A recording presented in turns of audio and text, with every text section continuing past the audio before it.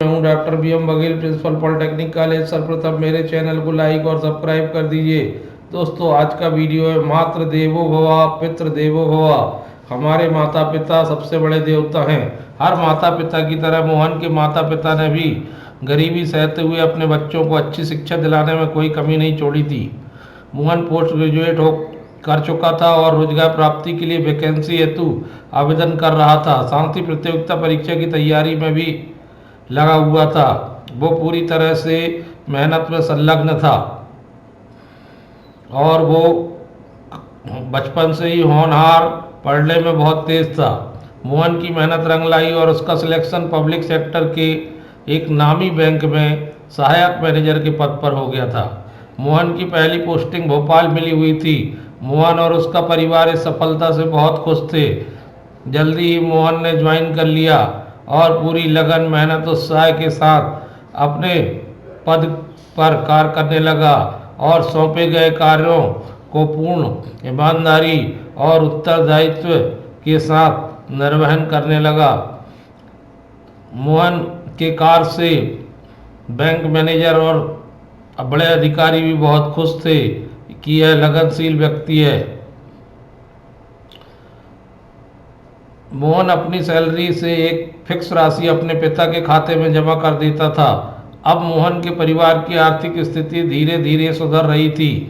मोहन को नौकरी करते हुए 5 वर्ष व्यतीत हो चुके थे। घर वाले अब मोहन की शादी को लेकर चिंतित थे।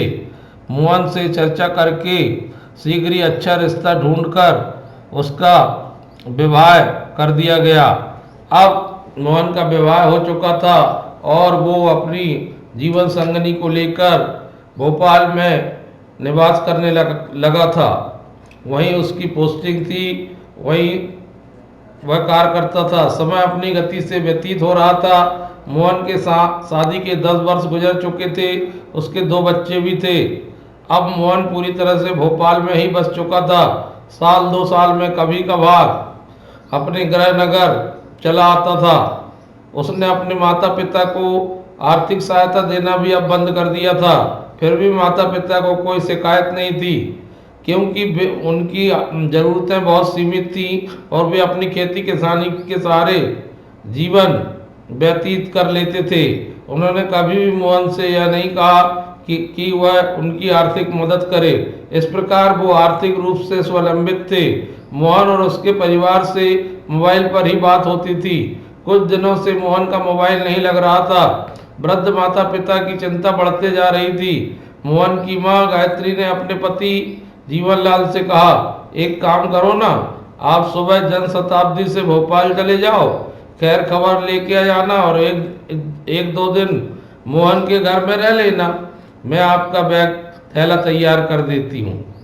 पत्नी की बात सुनकर जीवनलाल ना नहीं कर सका। उसने कहा, जरूरी सामान थैला में रख दो, मैं कल सुबह ही जनशताब्दी से भोपाल चला जाऊंगा और दोपहर तक पहुंच जाऊंगा। गायत्री ने थैले में सामान रख दिया और सुबह होते ही जीवनलाल भोपाल के लिए रवाना हो गया। जीवनलाल के पास मोहन के निवास का पूर्ण पता नहीं था, अतः उसने विचार किया कि पहले ऑफिस में जाकर मोहन से मिल लूंगा, फिर मोहन चाहेगा तो अपनी गाड़ी में उसके घर छोड़ देगा। इस विचार के साथ मोहन का बैंक न्यू मार्केट में स्थित था। इतनी जानकारी जीवनलाल के पास थी। वह रेलवे स्टेशन से ऑटो में बैठकर बैंक पहुंच गया। शीघ्र ही उसे यह जानकारी मिल गई कि मोहन, जो अब बैंक मैनेजर था, उसका चैम्बर कहाँ है। जीवनलाल ने गांव की पोशाक, धोती कुर्ता और सस्ते जूते पहन रखा था। वह धीरे धीरे बैंक मैनेजर, जो जीवनलाल का बेटा था, के चैम्बर की ओर बढ़ रहा था। मोहन अपने चैम्बर में अपने साथी कर्मचारियों के साथ मीटिंग लेने में व्यस्त था। जीवनलाल जैसे ही चैम्बर के पास पहुंचा तो चैम्बर के पास तैनात चपरासी ने उसे रोका और पूछा, कौन हो भाई, क्या काम है, किससे मिलना है। इतने सारे प्रश्न सुनकर जीवनलाल पीछे हटा। बोला, मोहन से मिलना था, वह मेरा बेटा है। जीवनलाल के मुंह से बात सुनकर चपरासी हड़बड़ाया और बोला, अभी साहब से मिलवाता हूँ, आइए मेरे साथ। चपरासी अंदर जाकर बोला, साहब, आपके पिताजी आपसे मिलने आए हैं।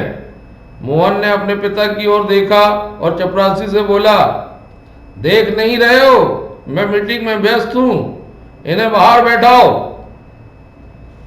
साहब की ये बात सुनकर चपरासी आश्चर्य में पड़ गया और वह धीरे से चैम्बर से बाहर निकल गया। जीवनलाल अभी चैम्बर के अंदर ही थे।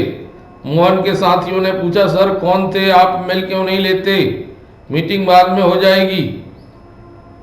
मोहन बोला, उसने अपने पिता को पीछे खड़े हुए नहीं देखा था, ये मेरे गांव के हैं, मेरे पिता के परिचित हैं, हमारे घर में काम किया करते थे, कोई काम होगा तो वो मुझसे मिलने आए हैं। जीवनलाल को यह बात सुनकर ऐसे लगा जैसे उसके पैरों के नीचे जमीन खिसक गई हो।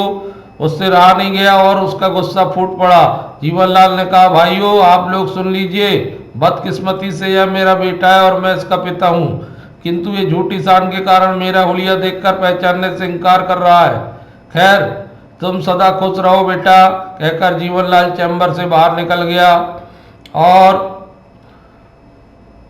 5 बजे वाली जनशताब्दी से बैठकर अपने घर लौट आया।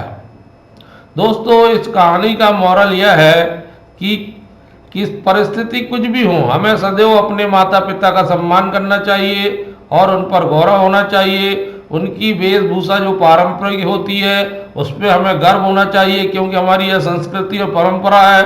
हमें मातृ देवो भवा पितृ देवो भवा के सिद्धांत का सदैव अपने जीवन में पालन करना चाहिए। यही हमारे संस्कार हैं, यही हमारी परंपरा है, यही हमारी संस्कृति है।